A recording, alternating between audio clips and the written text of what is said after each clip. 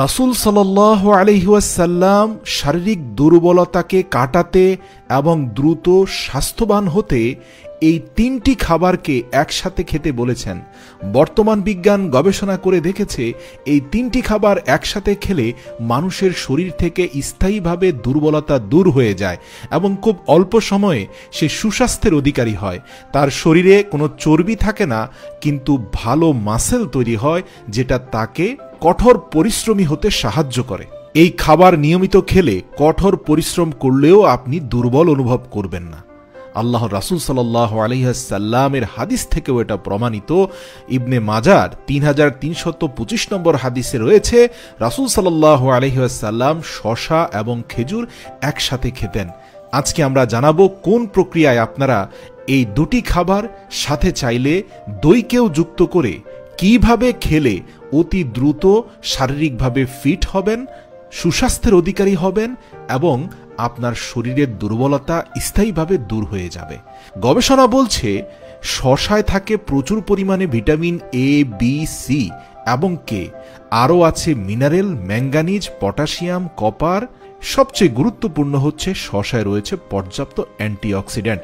শরীরের বিভিন্ন ধরনের রোগের বিরুদ্ধে সরাসরি কাজ করে শসা। বিজ্ঞানীরা গবেষণা করে নিশ্চিত হয়েছেন যে শসা ব্রেস্ট, ইউটারাস, প্রস্টেট, ওভারিয়ান ক্যান্সারের বিরুদ্ধে কার্যকর ভূমিকা রাখে, হজমে সাহায্য করে, ওজন নিয়ন্ত্রণে ভূমিকা রাখে। কিন্তু শসার সাথে যখন খেজুর খাবেন তখন কিন্তু আপনি সুস্বাস্থ্যের অধিকারী হওয়ার পাশাপাশি আপনার শরীর থেকে দুর্বলতা চলে যাবে, কিন্তু আপনার শরীরে চর্বি থাকবে না, মাসেল তৈরি হবে। এমনকি রোদে পোড়া চামড়ায় শসা লাগালে ক্ষতি কমে এবং আরাম সৃষ্টি হয়। এবার আসি খেজুরের কথা। ডেক্সট্রোজ এবং ফ্রুক্টোজ হল খেজুরের গুরুত্বপূর্ণ দুইটি শর্করা, যা অতি দ্রুত আপনার শরীরে প্রচুর শক্তি দান করে। সারা দিনের অভুক্ত পাকস্থলীকে যদি আপনি দুটি খেজুর দেন তাহলে সে পরিপূর্ণ শক্তির অধিকারী হয়ে যায়। এর কারণ হচ্ছে এতে প্রচুর পরিমাণে vitamin A, B complex, C এবং কে রয়েছে। আমরা জানি যে ভিটামিন সি এবং কে অ্যান্টিঅক্সিডেন্ট হিসাবে কাজ করে। আবার ভিটামিন বি কমপ্লেক্স মস্তিষ্ক শক্তিশালী করে, পাশাপাশি ত্বককেও সুন্দর রাখে। গবেষণা বলছে শসা এবং খেজুর একসাথে খেলে আপনার মস্তিষ্কে আপনার শারীরিক সুস্থতার সিগন্যালটা দ্রুত যাবে। আপনি মেন্টালি অনেক ফিট হয়ে যাবেন, হতাশা কেটে যাবে।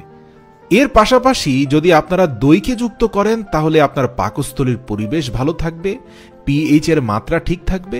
দই হচ্ছে একটি প্রোবায়োটিক। দইয়ের মধ্যে ভালো কিছু ব্যাকটেরিয়া থাকে যা পুরো শরীরের রোগ প্রতিরোধ ক্ষমতাকে বাড়ায়। এমনকি শসা এবং খেজুর একসাথে খেলে যদি কারো গ্যাসের সমস্যা হয়, এর সাথে দই যুক্ত করে দিলে বদহজম একবারে স্থায়ীভাবে দূর হবে। মনে রাখবেন, টক দইটা খেতে হবে, মিষ্টি দই না। তো স্ক্রিনে দেখানো পদ্ধতিতে আপনারা প্রত্যেকটা খেজুর থেকে বিচিগুলোকে অপসারণ করবেন, করে ছোট ছোট টুকরো করা শসার দুই পাশে খেজুরকে যুক্ত করে একসাথে খেজুর এবং শসা মুখে দিয়ে ভালোভাবে চিবিয়ে খাবেন। আর এর সাথে যদি আপনারা দই খেতে চান তাহলে চাইলে টুকরো টুকরো শসা এবং খেজুরের সাথে দইকে একসাথে মিশিয়ে চামচ দিয়ে খেতে পারেন। মনে রাখবেন, এই ক্ষেত্রে খেজুর থাকবে 1 ভাগ, শসা থাকবে 2 ভাগ এবং সমপরিমাণ দই এর সাথে মিশ্রণ করবেন, তাহলে এটা পারফেক্ট হবে। মনে রাখবেন, শসার পরিমাণ কিন্তু খেজুর থেকে দ্বিগুণ হবে। সুনানে আবু দাউদের 3903 নম্বর হাদিসে আম্মাজান আয়েশা রাদিয়াল্লাহু তাআলা আনহা বর্ণনা করেছেন, তিনি বলেন, আমার মায়ের ইচ্ছে ছিল আমাকে স্বাস্থ্যবতী বানিয়ে রাসূল সাল্লাল্লাহু আলাইহি সাল্লামের ঘরে পাঠাবেন। এজন্য তিনি অনেক ব্যবস্থা গ্রহণ করেন, কিন্তু কোনো ফল হয়নি। শেষে তিনি আমাকে পাকা খেজুরের সাথে শসা বা ক্ষীরা খাওয়াতে থাকলে আমি অতি দ্রুত সুস্বাস্থ্যের অধিকারী হয়ে যাই। সুনানে আবু দাউদ হাদিস নম্বর 3903।